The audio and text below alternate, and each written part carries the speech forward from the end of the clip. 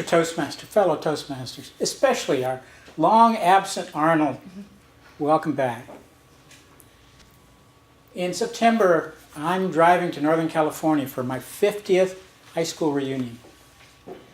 50 years. That's a long time. And I don't remember everything that's happened in those 50 years, but I do remember a few things from my high school days. I remember being a ham radio operator. I remember being a philatelist. I had a great stamp collection. But the thing I remember most is Mr. Woods. Mr. Woods was my first mentor, although he didn't have that title. He was my math teacher. He was my math teacher. And he was my best teacher of all time, in my experience. Now, he was tall, slender, totally bald. Reminds me a lot of our friend Howard. He had a way of invoking in me the mathematical curiosity. I was always good at math, but Mr. Woods made me better. He believed in me. He would give me assignments outside of the class that would stretch me. He knew what I wanted to do. He knew my goals, which was to be an engineer. So he helped. He provided that support, the encouragement. Now, if we were having that discussion today, I probably would call him my mentor. Back then, he was just my best teacher. Now, I graduated from school, tops in mathematics in my high school, my little tiny high school with 83 students in the graduating class. And I went to the big university where my grades in calculus turned out to be a C average. What happened? Was it my intellectual limits? Did I finally run into something I couldn't understand? Well, in hindsight, no, because I understand calculus just fine now. Was it the fact that I had no mentor in college? Perhaps.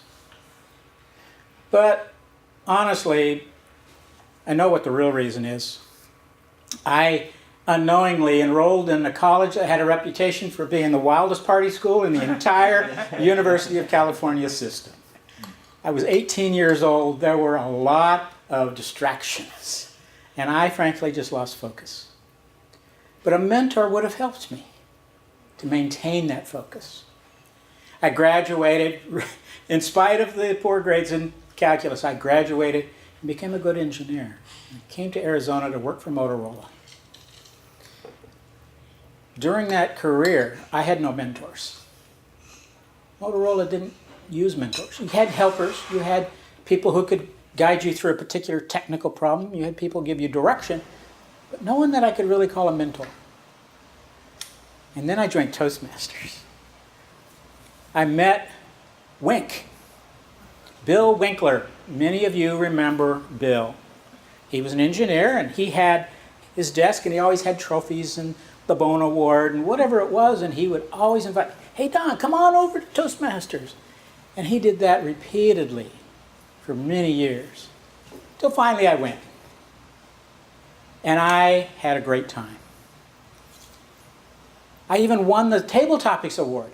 Of course, I know how that works now. But I thought I was great in table topics that day. Maybe I was. But I met some great people who turned out to be my mentors with a lowercase m. They weren't official mentors, but they were always there. I met Uris Kerslis, past district governor. I met Bill Crawford, past international director. I met Arnold and Jeff, who had been in the club for many, many years. And then I met PJ. Now, PJ wasn't that far ahead of me, about 5 years ahead of me. But she had a way about her that I admired. She always had a smile on her face, just like she does right now. She always had a kind word and a calm disposition. And she showed me the way. She showed me the way to be an area governor, to be a division governor, to be district governor. I followed in her footsteps. So thank you, PJ. Thank you, Arnold and Jeff, for all the help you gave me. Do you have a mentor? Do you need a mentor?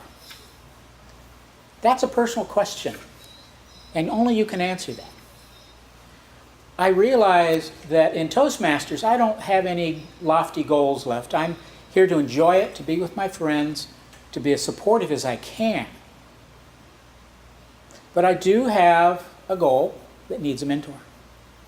And while preparing for this speech, I realized I needed to actually ask someone, will you be my mentor? So I called Pat.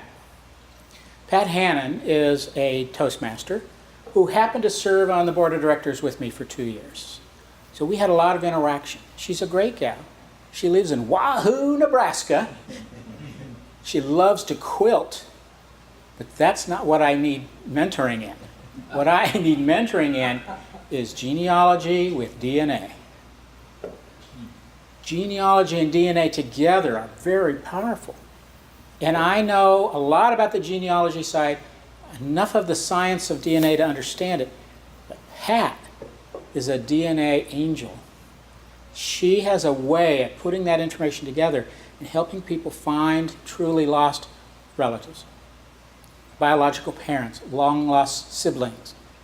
And I've asked her to be my mentor, to help me achieve that level of accomplishment. I'm looking forward to my relationship with Pat as my mentor. All throughout my life, I've had mentors helping me. We didn't call them mentors. We didn't call it a mentor-protege formalized relationship, but they were there and always helping. So do I need a mentor? Yes. That's not really the question, though. The real question is, do you? Mr. Toastmaster.